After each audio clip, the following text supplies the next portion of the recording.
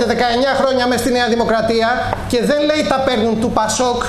Τα παίρνουνε, λέει. Άρα τα παίρνουνε και από το κόμμα του, τα παίρνουν και από το Πασόκ. Αυτός ξέρει. Ας βγει λοιπόν να τα πει και να μην κρατάει για Καταλάβαμε αυτά που θέλετε να πείτε. Νομίζω ότι σας άκουσα και πρέπει να σας απαντήσω. Βέβαια. Αρχικά καταλαβαίνω τον πανικό σας και ευχαριστώ πραγματικά για τη διαφήμιση που μας κάνετε. Αυτό που θα σας πω επίσης είναι ότι ο κύριος Καμένος αυτή τη στιγμή δεν θα κάτσει να ασχοληθεί με το ποιος τα παίρνει. Δεν με ακούτε? Να ακούσουμε την κυρία Γλέζου. Κυρία Φλωρά, να ακούσουμε. Δεν σας διέκοψα, κύριε Φλωρά. Ακούστε με. Εμένα διαφήμιση μου κάνετε αυτή τη στιγμή γιατί μου δίνετε το λόγο. Σας ευχαριστώ. Ακούστε με όμως. Εγώ σας άκουσα.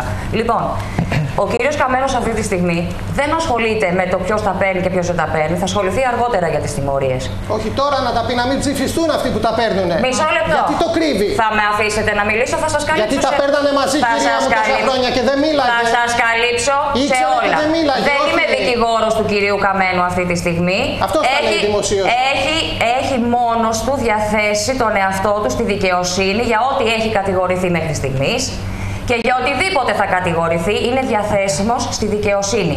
Εκείνη θα κρίνει και όχι εσείς. Μπα σοβαρά μιλάτε, δεν θα κρίνει ο κόσμος. Δεν έχουμε δυστυχώς χρόνο. Παρακαλώ πολύ, δεν έχουμε πολύ χρόνο. Αυτή τη στιγμή δεν τον ενδιαφέρει ποιος τα έπαιρνε, το ξέρει. Τον ενδιαφέρει τι θα γίνει την επόμενη μέρα, κύριε Φλωρά. Υποθάλπτετε εγκληματίες, τους ξέρετε και δεν το λέτε. Είστε εξίσου υπεύθυνοι.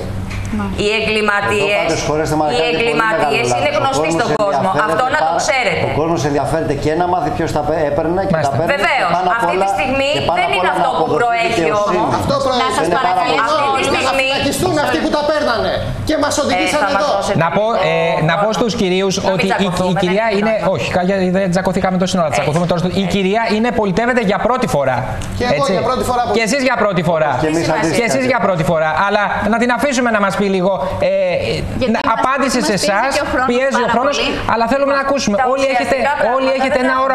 έχετε ένα όραμα για μια καλύτερη Ελλάδα. Κυρία Εγγλέζου, πείτε μας παρακαλώ. Έχει σημασία. Μην τη διακόψουμε όμως, σας παρακαλώ. Ευχαριστώ πολύ, κύριε Βάσο. Έχει σημασία αυτή τη στιγμή να πούμε αυτό που μας θέσατε σε ερώτημα, τι θα γίνει την επόμενη μέρα. Ναι. Έτσι, γιατί αυτό ενδιαφέρει τον κόσμο. Σε πρώτη φάση, έτσι. Τους κλέφτες τους ξέρει και θα εμφανιστούν, η αλήθεια δεν κρύβεται. Λοιπόν, την επόμενη μέρα, τι λένε οι ανεξάρτητοι Έλληνες. Έχουμε πρόγραμμα και έχουμε συγκεκριμένες προτάσεις, έτοιμες να κυβερνήσουν. Λέμε λοιπόν, κατάργηση του μνημονίου, καταγγελία του μνημονίου. Πρώτον, είναι αντιευρωπαϊκό, είναι καταχρηστικό και αντισυνταγματικό. Και είμαστε οι μόνοι που μπορούμε να το καταγγείλουμε, διότι δεν έχουμε υπογράψει κανένα μνημόνιο. Επίσης, μιλάμε για σημάζεμα του δημόσιου τομέα. Κάτι που δεν έχει γίνει ποτέ μέχρι στιγμής. Δεν μπορεί να μην ξέρουμε πόσοι είναι οι δημόσιοι υπάλληλοι. Δεν είμαστε υπέρ των απολύσεων σε καμία περίπτωση. Για τα καρτέλ λέτε τίποτα για την τσέπη? Μάλιστα. Δεν είμαστε λοιπόν υπέρ των απολύσεων σε καμία περίπτωση. Όμως. Μια κουβέντα. Για τα καρτέλ, πείτε μας, γιατί ο κύριος Φλωράς επιμένει για τα καρτέλ. Είναι 51 σελίδες. Να απαντήσουμε, να απαντήσει όμως. 12.000 λέξεις τις μέτρες. Θέλετε να πάρετε απαντήσεις, γιατί με αυτές τις ερωτήσεις που κάνετε τη μία μετά την άλλη δεν θα πάρετε απαντήσεις. Αν θέλετε να πάρετε απαντήσεις, για πείτε μας για το καρτέλ του γάλακτος. Έχετε απλά για την ιστορία υπόψη σας ότι έχει γίνει καταγραφή των δημοσίων υπαλλήλων. Απλά σας διαφέρει. Πολύ καθυστερημένα. Έχει κάτι πολύ πριμάτικα έτσι. Να σας παρακαλέσω όλους, κυρία Εγγλέζου, αν μπορείτε να δώσετε την απάντηση στον κύριο Φλωρά για τα καρτέλ, να κλείσουμε με αυτό και να έρθει και η σειρά του κυρίου Αρβανίτη για να κλείσουμε το πάνελ. Την άποψή της θα πει, όχι τη σελίδα. Όχι, σελίδα, 51 σελίδες πρόγραμμα, να μου πει που είναι. Δεν βάλαμε ούτε μία λέξη. Λοιπόν, ναι, κύριε Φλωρά, να δώσουμε την ευκαιρία να απαντήσει.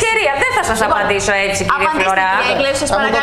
Έτσι, υπάρχει απάντηση, περιμένετε να την ακούσετε. Δεν έχουμε χρόνο. Λοιπόν, εθνική κυριαρχία. Μπορείτε να γελάτε, δεν ενοχλούμε. Σας παρακαλέσω πάρα πολύ να είστε πάρα πολύ σύντομοι. Προσπαθώ, όπως βλέπετε δεν με αφήνουν. Ναι, απαντήστε για το καρτέλ για να προχωρήσουμε. Όχι, δεν θα απαντήσω για το καρτέλ αυτή τη στιγμή. Θα απαντήσω για την επενδυτική ελληνική τράπεζα, την οποία δρομολογούν οι ανεξάρτητοι Έλληνες, με στόχο να κεφαλοποιήσουμε 500 δισεκατομμύρια εθνικής περιουσίας, ώστε να μπορούμε να έχουμε διαπραγματευτική ικανότητα. Είναι μύθος το ότι η Ελλάδα Ελλάδα δεν μπορεί να διαπραγματευτεί. Είναι ανικανότητα των κυβερνήσεων που προηγήθηκαν να μην μπορούν να διαπραγματευτούν για τα ελληνικά συμφέροντα. Κύριε Αρβανίτη, πάμε σε εσάς πολύ σύντομο, σας παρακαλώ, γιατί έχουμε βγει εκτός χρόνου και έχουμε και εμείς τις διαφημίσεις μας και έχουμε πολύ σύντομα, επειδή μιλάμε για συγκεκριμένες προτάσεις. Ναι. Χαμηλότεροι φόροι για όλους τους Έλληνες πολίτες, αλλά να τους πληρώνουν όλοι. Εδώ και 1,5 χρόνο η Δημοκρατική Συμμαχία έχει πει για flat tax φορολογία σε επιχειρήσεις 20%. Πιστεύουμε ότι μέχρι εκεί μας παίρνει. Και η Δημοκρατική Συμμαχία συμμετέχει στην πιο σκληρή μέχρι πρότινος ευρωπαϊκή ομάδα έναντι της Ελλάδος, στους Ευρωπαίους Φιλελεύθερους Δημοκράτες. Ναι. Και παρά τα αυτά έχει καταφέρει να περάσει ένα νέο σχέδιο Marshall για να φέρει χρήματα στην αγορά, που μόνο έτσι μπορεί να υπάρξει ανάπτυξη, η καραμέλα που ακούμε, αλλά χωρίς συγκεκριμένη πρόταση. Κύριε Πάσχο, μία λέξη. Είμαστε η γενιά της κρίσης. Είμαστε η γενιά που θα ζήσει, όπως είπε και ο κύριος Κωστόπουλος, χειρότερα από την προηγούμενη. Ας μην οδηγήσουμε και την επόμενη γενιά στην καταστροφή, αλλά να καταστούμε η γενιά της λύσης. Ναι, αλλά ψηφίσατε μνημόνιο 2, να σας λέω και πάλι. Ο κύριος Αρβανίτης ήταν μαζί μας από την Δημοκρατική Συμμαχία, πολιτεύεται στη δεύτερη εκλογική περιφέρεια των Αθηνών. Η κυρία Εγγλέζου με τους ανεξάρτητους Έλληνες στην δεύτερη εκλογική περιφέρεια των Αθηνών. Ο κύριος Κωστόπουλος με τη Νέα Δημοκρατία επίσης στη δεύτερη εκλογική περιφέρεια των Αθηνών. Ο κύριος Φλωράς η Ελλάδα μπορεί και θα τα καταφέρει στην δεύτερη εκλογική περιφέρεια των Αθηνών και ο κύριος Εμινίδης. Την καλημέρα μας στην ωραία Καβάλα. Καλή